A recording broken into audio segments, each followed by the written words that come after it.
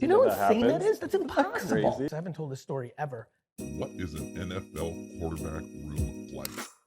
So 2 years ago, I trained Sam Darnold and Josh Allen and Kyle Allen. That was my draft class. I think that this league is filled with opportunities, and the guys that stay in the league for a long time are the guys that take advantage of those opportunities. I'm just a big believer in repetition. And I'm a big routine guy, and goals never end. I'm just a big. And I'm a big routine guy, and once I stepped on that field today, I was good, man.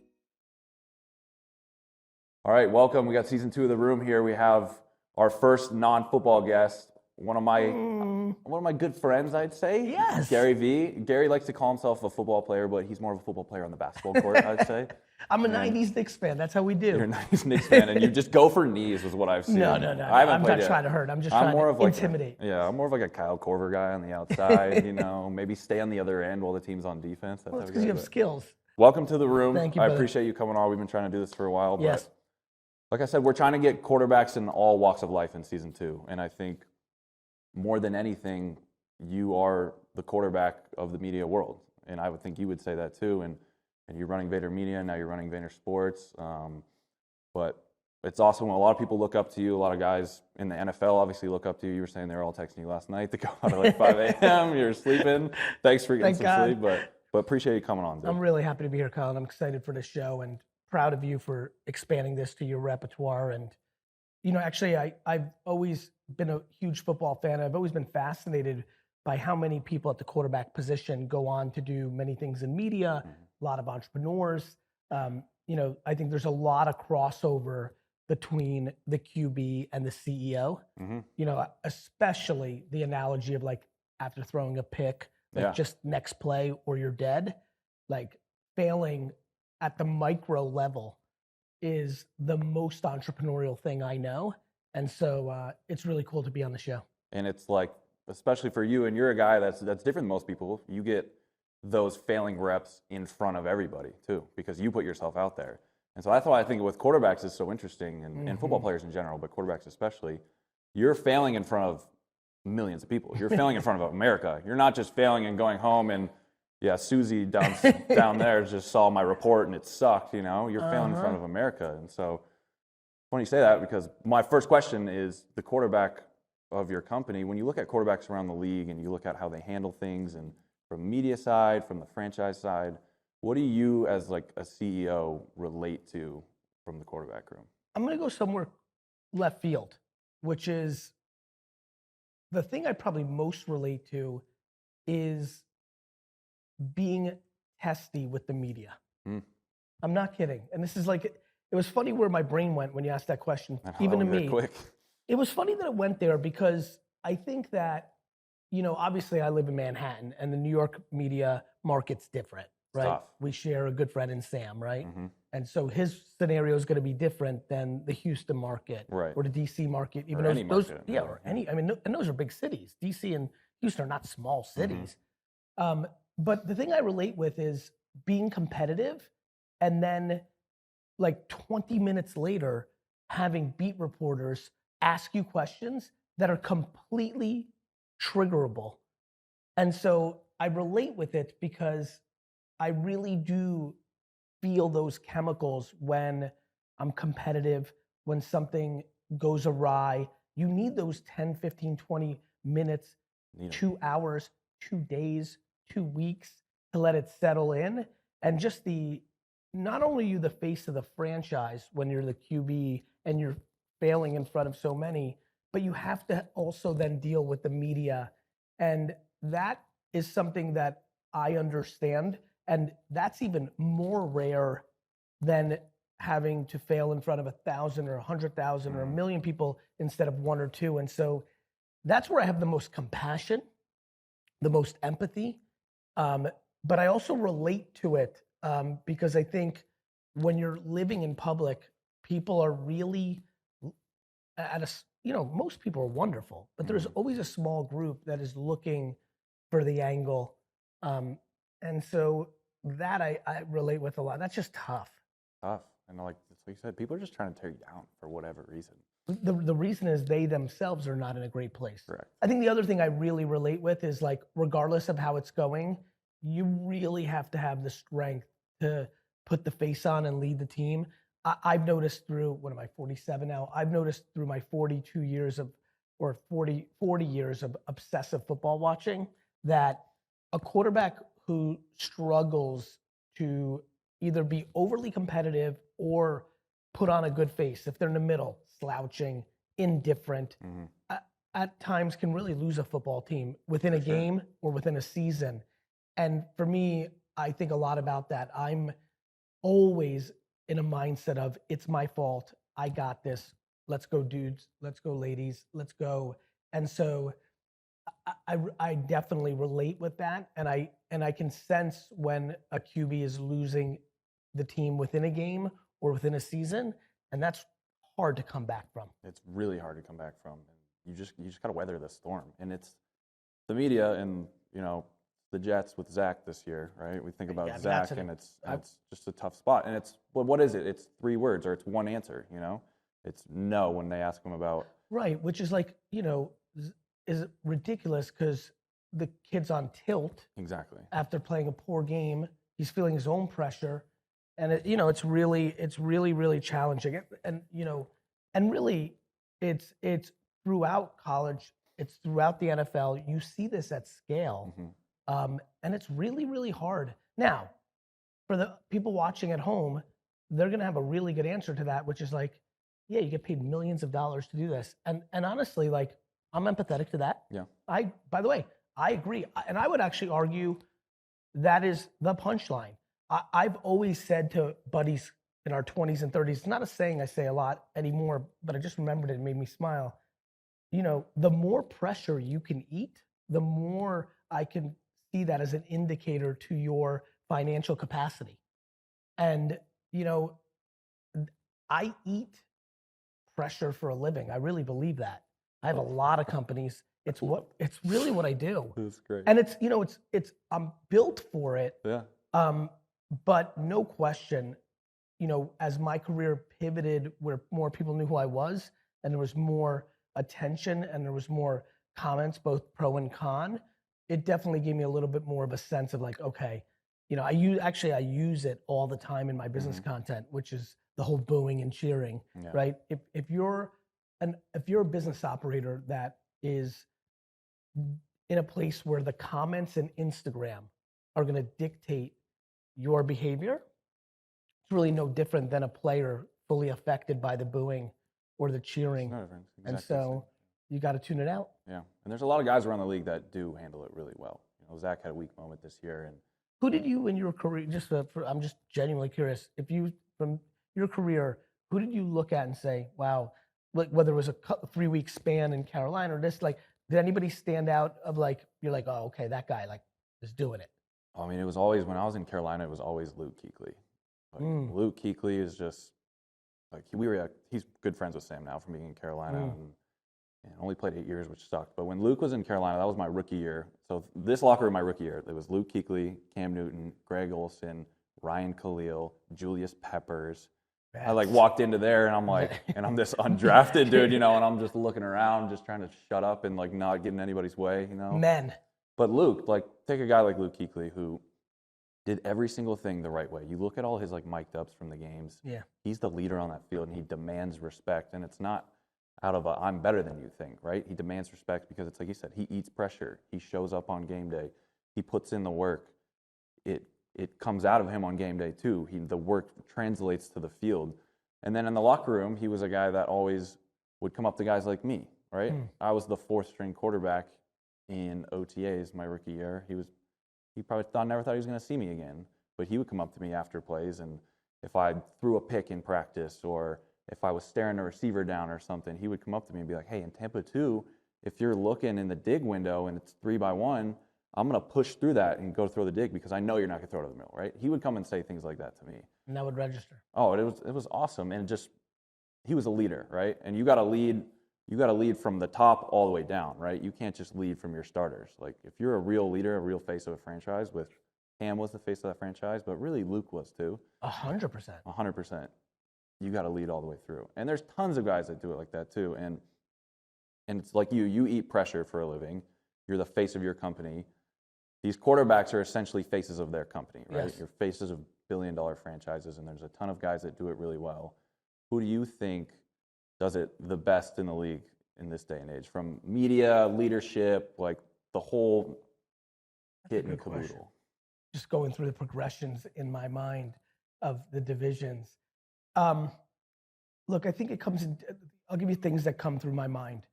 I think what Trevor Lawrence did in that playoff game is really interesting. Incredible, right? Yeah, when you're down 27-0 and you throw 4 picks. Talk about everyone watching too. There's only one game on at that time, you know? Yeah, and I'll break this down. This might be fun for people that watch this show because I think business mindset, entrepreneurship, and then obviously football and especially quarterbacks. It's not only that it was 27-0, it was that he had for the first year and a half of his career not hit on expectations. You were starting to get like weird little whispers of like, is he gonna be able to do it? Exactly. This guy was pretty much the biggest can't miss guy since Andrew Luck. Now he gets some success and they make a run, which has got to be a huge like, right? Just build you up. Right? Like, so now he has this half a season, 6-7 weeks where they rolled, right? Now they're feeling like, okay, that's huge. Now he goes into the playoffs. The whole country's watching, except me. I didn't watch any playoffs this year. None. The Jets season put me into such a bitter place. Surprised you're actually on the show after the comment I made about the Jets when I saw you. Yeah. I'm staying calm right now. I love you too much. That's all it is. There's nothing else going on here. Yeah, exactly. Yeah, this you're not is pure busy. love. No, you're not busy. It's not even about This you. is at the Super Bowl, by the way, if you're wondering why our voices are so bad right now. You know, now the whole country's watching, and you're down 27-0, and you threw 4 picks in the first half. That is like as bad as you can script it. Yeah, you're losing, and it's your fault. Yeah, and like that's rough. To be able to have the strength to score late, build the momentum in the locker room, and then come out what they did in the second half really caught my attention. I also think that he was thrown into as bad of a head coaching situation as you can as a rookie. So he's got my attention as like, oh, what's going on there? Yeah. I think Joe Burrow has had so much success in the first 3 years of his life, but he has a sense of humor that I think services him quite well. Got a cockiness that works. He's got a cockiness that works. Yeah. And I really understand that. Yeah. And so It's a fine line. it's a real fine line. But I think that pops into my mind. I've recently, only because I just sometimes, there's things you pay attention to and you don't, but I've recently really locked into the way that Patrick Mahomes speaks about his teammates. I think is really smart. Incredible. Right? Yeah. You know it better than I do, probably. Like, I didn't really like pick up on that, but that stands out to me. And then you've got like interesting, I've always been interested by Daniel Jones, because that is New York. And he's like a piece of paper. Like it's cerebral at scale. And like he's had a rough run with the media, and obviously it's turning for him now. But that, kind of stood out to me. I'm like, sometimes you actually have to be numb. Yeah. Like pure numb. You have to. And like actually. Well, he's not, Eli. Yeah, he's essentially Eli, and that's what Eli turned into. Oh, and now we see 100%. Eli nowadays, and he's just this unbelievable personality. Which then makes you realize it was Eli being in the zone. It's not like Eli all of a sudden in his 40s became like charismatic and funny. Like it was there, but he probably at some, I don't know Eli like that, but he probably in some way just put himself into a cocoon. It's kind of like when I do speeches, a lot of people are scared of, the stage. And so I get a lot of questions about it. And it's funny, like a minute or two before I go on, it's like everything shuts off. Yeah. Because I love sports so much and like wish I was a player versus an agent and eventually an owner. Got a chance. Right? Maybe, Yeah. Free safety. I love when there's things that I've come across in my life that makes me think like, oh, is that like it's, and when I started speaking in my mid to late 30s, especially I remember this one speech in Portugal, it was like 50,000 people. And like, I just like blanked out. And And I'm like, that's what it is. Like, you have to, otherwise you can't do the thing. Yeah. The thing's hard enough. The thing's hard enough if you were playing these teams with no fans in the stands. Wait a minute, which actually happened, right? Yeah. During COVID. We were just talking about that before we came in. You played? I was games? on the football team for the 2 years. It was the football team, Yep. and it was COVID year. And I was just telling the story. We were playing the Ravens, and we were sitting on the sidelines looking at our tablets. Yep. Like, they were on offense. All of a sudden, I look up, and they're kicking off to us. I'm like, what the hell just happened? Like, we got to, like, get our field. Look at the replay. Lamar Jackson ran a 70-yard touchdown, and we didn't hear a thing because there's no one in the stands. That's insane. Same thing happened in New York, too. We scored a touchdown with 30 seconds left to tie the game. Dead silent.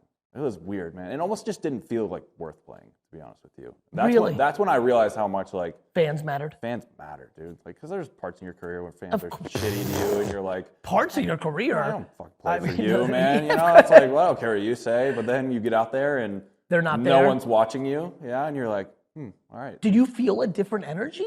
Way different energy. You can hear Did you everyone's feel? voices. Was it calmer? I like the noise. It makes Like- you. Yeah, it's like by the way, I sleep with a sound machine. Yeah. Like actually need sound. Yeah. It makes me more calm. Yeah, just consistent sound. Uh-huh. Yeah. Well, that's how it was. Well, you remember my first game? I played in New Yep. Orleans. Uh-huh. 13-2. Stadium was packed as to the brim. I forgot who they had. I think they had Mark Ingram out there do the "Who Dat" chant in the middle of it. And then when you're out there on third down, you can't hear a damn thing. But it's like you said, it zones you in. Like all the shit goes by your face. Like you're not looking at any distractions, and you're just flow state. Let's build on that. So one thing that I think entrepreneurs, CEOs, and quarterbacks can relate to is the first big moment. Mm-hmm. So yes, I remember that start very vividly. Actually, we should also talk about, I'll finish this one, but I don't want to forget. We should also talk about what's really interesting to me about football and business is taking chances when you know they're not a chance. Mm-hmm. I will never forget the entire process of the consideration of repping you when on paper, you know, it's a chance. Mm-hmm. Like you're getting all NFL feedback and saying, great kid, but you know, we don't see Bad. him getting drafted, It was real bad. you know? And like we were a small firm. And so that gives us more reason to take a chance. Mm-hmm. But I remember just being similar to like, even like seeing Dustin here, like you're taking chances on people when you're hiring, when you're elevating, when you're promoting, when you're giving people responsibility. And I just remember that process so vividly, speaking with AJ, you know, I mean, we also made like real financial commitments. You trained. Oh yeah. You trained with Real the deal. Yeah. number 3 and what did Josh go 9? 7. 7 Yeah. picks in that draft. And like we treated it in a real way, and we really understood, and like nothing, like there was no part of my brain that ever thought like this kid's not gonna not start in the NFL in games. He's gonna start in NFL games. Appreciate that. That's one thing. I think a lot of people have to take way more chances when it's obvious. That was a chance that was obvious to me. I appreciate that. And I think that comes from makeup of the human, not just the things one needs to do. In business, it's hard to know if someone has the skills. You know, with football, it's harder. easy. Yeah. So you got to put them into the fire. But back to the other thing I want to talk about. That game, you went crazy, and like Talk about flow state though. It's the same thing though. You're just flow state. you just went It's crazy. an all or nothing moment. I remember just being like, "Oh my God, we were right! Like I knew it. I knew You're it." like, oh, now I can tell him I always believed in him. You know, but it was a big moment. And I think for entrepreneurs, a thing to think about is that first big moment where you're like, I mean, I remember launching WineLibrary.com's new version in 1999, maybe 2000, maybe in 2001, somewhere between 99 and 2001. And I bought a full page ad in the New York Times to announce it, right? So this is like when print mattered. Yeah. How much did that cost? Like $60,000 when that was like a billion. Yeah, I was about to say. Like when that was like, and you back know, then too. Yeah. and so, and the site didn't work Right. because we had like, I planned it so far in advance. The devs I was working with were like, no problem. Wednesday, October 9th, we'll be done by August. August, September, Yep. October 1st, October redoing your 3rd, house. October 7th. And I remember sitting in the liquor store at 3:30 in the morning. 3:30 in the morning. I was in the store from 7 a.m. to 3:30 in the morning, and the site's not working. And then we finally get it to work at like 4. I go home, I shower, I sleep for 2 hours, I shower to go back into the store. The ad comes out. I did all the ad, meaning the creative, which wines were in it, the pricing. And I got into them in the morning and it was like I remember it was like 7:30, which is early. And I clicked orders because I have the back end. And all this stuff was this was like talking about AI back then.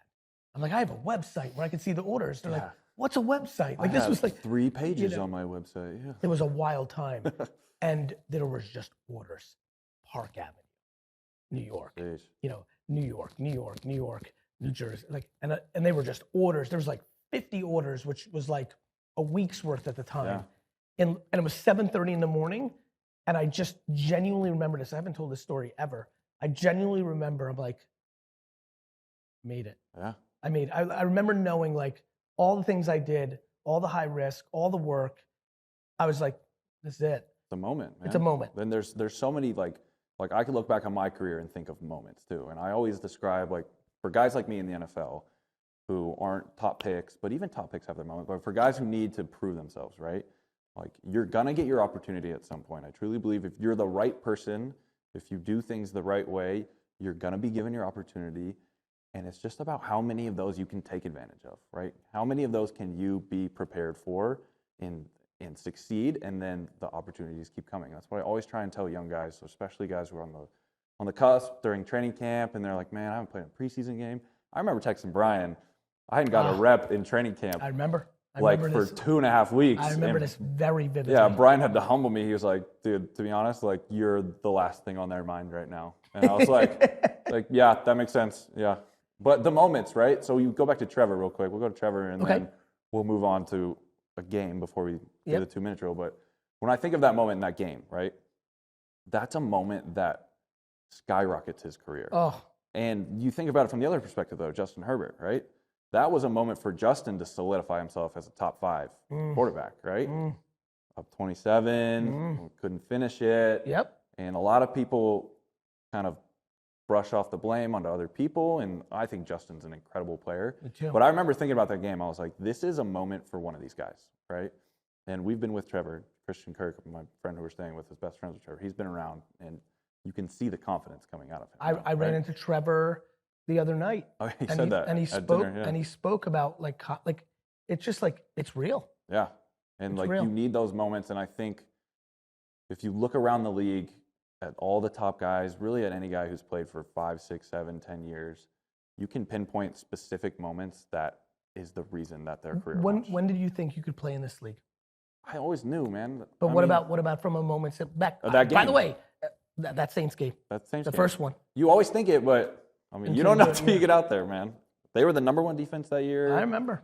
And I mean, and then the next year was the same thing, right? Go back to playing Arizona, and I was like, well, I played in that last game. They were really playing hard because they already made the playoffs. Like, this is a real game. Like, let's see it. But honestly, I'm sure you feel the same way too when you get on stage and you're doing speeches. Like, you got to prove it every time. That's a great point. I think one thing for that we should talk about is you're only as good as your last at bat. 100%. So I've put on 25 years of business success. Yeah.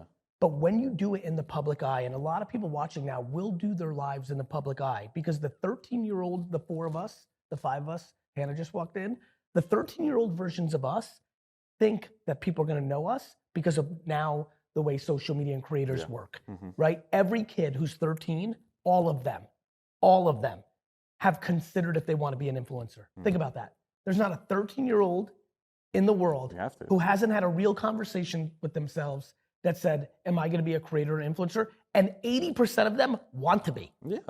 So let's think about that. Only as good as your last at bat. I've put on obnoxious amounts of wins on the board in my field. Congrats. Yet, that's not a humble brag. That's a setup for the amount of energy at every time I announce a new project that people are deploying incredible energy against. Of like, if this fails, you suck. I'm like, really? Because I feel like I'm like in the Hall of Fame. Yeah, like it doesn't matter. I had drinks with Emmitt Smith yesterday. I was like, I'm not so sold. I literally thought this in that meeting. Thus, this is a perfect time for this. I'm like, I'm not sold that people like think about Emmitt Smith as a cardinal. No. And like he was a Cowboy, and that was his work, not that last year or last 2 years in Arizona, but that's the reality of it. And I think, really understanding that people have recency bias. You have to. The last thing you saw is what you remember. And if you're gonna deal as a QB, as a CEO, as an influencer, as a creator, you have to have the stomach to know that the thing you just did, if it doesn't work, for a lot of the world, wipes out what you've done, which leads me to the punchline. If you were doing anything for the crowd, you are massively vulnerable. Mm-hmm. And I think the biggest thing that I tell a lot of people for me, I like grabbing kids when things are going great. And to me, it's the conversation of, if you're getting high on this now, you're setting yourself up to be low. Mm-hmm. So when they're telling you you're the greatest, you need to counter it with you're a piece of shit. Yeah. And when people are telling you you're a piece of shit, you need to tell them you're the greatest. Like, to me, genuinely, at this point, things are rolling nicely. All these accolades, you're the GOAT. Blah, blah, blah. My brain goes into you suck. In a sweet way. Like, I'm not hurting myself. I'm like, just remember. It's a humbling way. Yeah, it's just like, yeah, okay, that's nice. That's very nice what just happened. But like, you're just a human being. Go to work. And when people are like, you fucking suck, I'm like, I'm gonna fucking show you, motherfucker. Like, it's just very extreme reactions to very extreme energy. And I think that's and I really genuinely believe that that's how you can find a calm, happy place. That's the best. And I think me and Jordan talk about this a lot. Jordan's not here today, he's back. But we talk about a lot that quarterbacks on either side, right? Some quarterbacks really struggle with the lows. And they are great in the highs, right? That's probably most people, right? That's because they're too addicted to the high. Exactly. That's because they're too fucking addicted to the high. And then it goes the other way though too, man. You'll see guys who, when they're in the dumps and they're down low and they can claw themselves out. Like, they know how to get out of that. They know how to prove people wrong. Mm-hmm. But then when they get up there and they get a little too loose. They start getting behind them, then they're like, they don't know where that motivation comes from anymore, right? And so they get a little bit lackadaisical and maybe the competition isn't there. And so I think for me personally, I've always been a guy that like, I like to dig it out of the mud and like, I can get it out of that. And then there's sometimes, it's not even like a motivation thing, but it's like, there's nothing better than proving somebody wrong. I love it too. And a lot of people are like, don't prove people wrong. Like, just prove the people right that believe in you. But there's nothing sweeter than proving somebody wrong. Yeah, I think that comes from competition. Yeah. Honestly, I think that just comes from being competitive. I also dislike the fact that I like it so much. I know. because normally most of my energy comes from a positive place. And I do think that when you're driven by insecurity, it is not sustainable. For sure. But I will say, there is a version of competitiveness that just is very attracted to that. And there's nothing like it to me. Yeah. Like, I've been playing a lot of pickup basketball lately. Oh, yeah. And like, when you literally are down 8-1 to 11 and you beat a team, like, there's just nothing like that. Yeah. There's just nothing like that. Yeah, you called and when you landed and you said, where's a basketball court? Let's go play ball. That's what AJ told me yesterday. You're crazy. All right, we're going to play one more game. Okay. Get you out of here. We call it throw it deep or check it down. I don't know if you've seen it. So give you a couple takes. Yep. If you like the take, you're going to throw it deep. Yep. If you don't, you're going to check it down. Understood. All right? Quick answers. We'll get you out of here soon. First take, the Jets trade for Derek Carr this year. Throw it deep. You like Derek? I like that. Derek is my subjective choice. All right, I like that one. VaynerSports will have a first overall QB taken in the next 3 years. Throw it deep or check it down.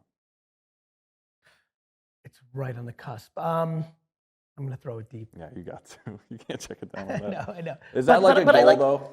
Of course. Yeah. Of course. I do think that is a coming of age for an agency moment. For sure. QB1 going first overall, I think really does matter. And, we've been building, listen, you know this better than anybody. We've been building a true thing. Yeah. We haven't rushed into it. We haven't overpaid or brought in an agent who has we've been building our family. And so it's almost why I hesitated. Mm-hmm. At this point, I have the juice and the financial means to make that a reality, because you can steal an agent you can do things, but I don't want to do that. I want to earn it, and I want to do it family-wise. And so I think it's right in the precipice of it. Perfectly goes into the last one. Throw it deep or check it down. Most NFL agents are just collecting NFL clients and contracts and not fully serving their clients. I believe that. So what is that, a throw it deep? Well, yeah, where you Yeah. throw it deep. Yeah. Look, this is a very challenging thing for me to say because I think it then pokes at a man's or a woman's credibility. Right. But I will say this. There's a reason I'm in two industries that are seemingly different that are exactly the same to me. One is called VaynerMedia, which plays in the Mad Men Madison Avenue world, which are agencies that are paid by brands, paid real money to do marketing for them to make the thing happen. And then there's VaynerSports, which men and women are paid to rep a player in their best interest, and they get paid for that. Both of them, in my opinion, I have observed struggle with the subconscious. I don't even think people are bad. The subconscious nature of what's in it for them. I've watched agencies repeatedly give bad advice on what to spend money on because they make more profit selling television commercials or programmatic digital versus social. And I've watched agents make bad deals for guys to make sure guys don't fire them a year early and they lose the commission, to lock in the full commission, to, I've watched guys promise the world at scale to guys, and when things didn't go the way we're supposed to as a first round pick, they can't even return a phone call. Yep.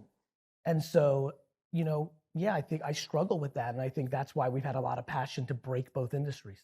Yeah, and I think the way that you guys built it, I mean, when I was with you, what do we have, like 12 clients maybe? Yeah. Like nothing crazy. And I've always appreciated that aspect of taking care of you, AJ especially, Brian, like just the people that you've built it with. And I think it's like all three of those questions kind of went involved with each other, but you want to do it the right way, right? You're going to get a number one quarterback at some time, but it's not because you paid him $200,000 to come sign with you or Correct. something crazy like that. That's right. So I appreciate that, but thanks for taking the time. I know you're super busy. Always happy to support you, brother. This was my idea last season because you were so busy. I was trying to get emails. I was like, I'm just going to FaceTime Gary every Tuesday, and I'm going to throw him on the iPad camera right here and have him do a 2-minute Jets rant with the mic right here. That's what I should have done. So I'm going to start doing that. By the way, I'm ready for that next year. I'm very optimistic about the Jets next year. Offensive and defensive rookie of the year. Huge. That's huge. And they had him like every week, too. And by the way, at corner and receiver, this is a passing league now. Yeah. Those are two. Outside linebacker, left tackle, and quarterback. Those are the 5 positions. The future is bright, Jet fans. Yeah. Bear with it. Derek Carr on the way too.